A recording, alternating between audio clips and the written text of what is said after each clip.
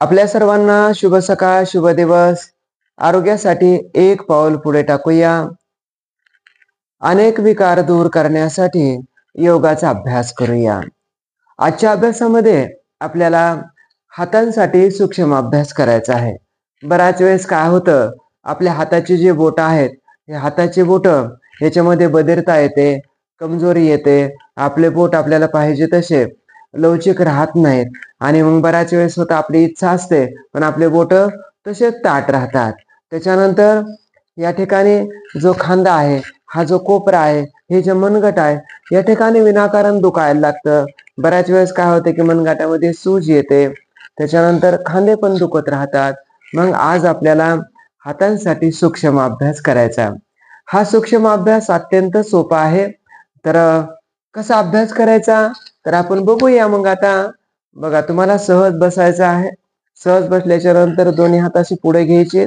माझे बोट तुम्हाला चांगल्यापैकी दिसत आहेत, तर असे हात तुम्हाला पुढे करायचे. बोटांना पण शक्ती लावायची, हाताला पण शक्ती लावायची आणि वाघाच्या पंजाप्रमाणे आपल्याला हा बोटांच्या पेरांसाठी अभ्यास करायचा. तर हे करत असताना संख्या मोजायची. 10 अंक मोजेपर्यंत हा अभ्यास आपल्याला करायचा. एकला बोट असे वाघाच्या पंजाप्रमाणे घ्यायचे आणि 2दा बोट सरळ करायची. 2, परत 3, 4, 5, 6, 7, 8, 9, 10. हा झाला एक अभ्यास. आता दुसरा अभ्यास करायचा.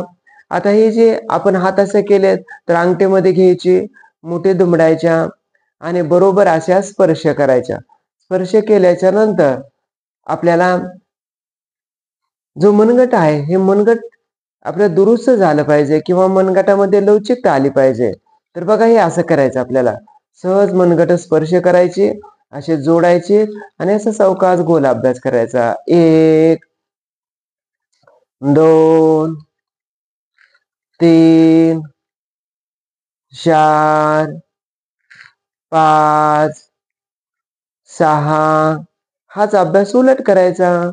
1, 2, 3, 4, 5, 6. त्याच्यानंतर परत हा जो पंजा आहे, या पंजासाठी परत दुसरा अभ्यास. हे असं करायचं. बघा इकडं, 1 हात खाली घ्यायचे, 2 आता पंजा वर, परत 3, 4, 5, 6. आता हाच अभ्यास दोन्ही हात समोरासमोर घेऊन करायचे. 1, 2, 3, 4, 5, 6. आता हा झाला मनगटासाठी अभ्यास आणि कोपऱ्यांसाठी अभ्यास. तर यानंतर आता पुढचा आणखीन अभ्यास आपल्याला करायचा.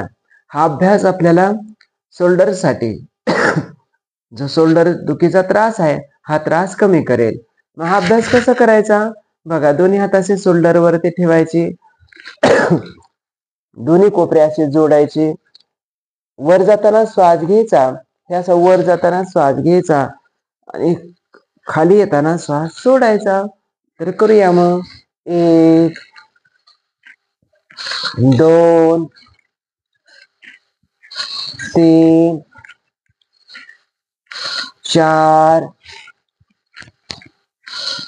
5 आणि 6. 6 झाले की परत उलट करायचे. 1, 2, 3, 4,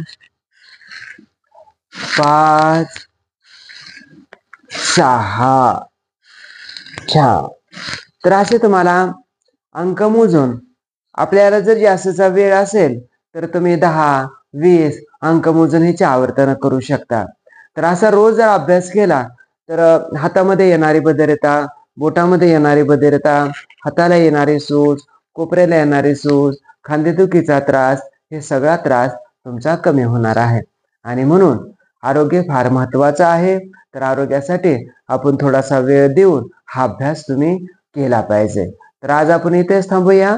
परत एकदा आपल्या सर्वांना शुभ सकाळ, शुभ दिवस. आरोग्यासाठी एक पाऊल पुढे टाकूया. निरोगी जीवन जगण्यासाठी योगा करूया. ओम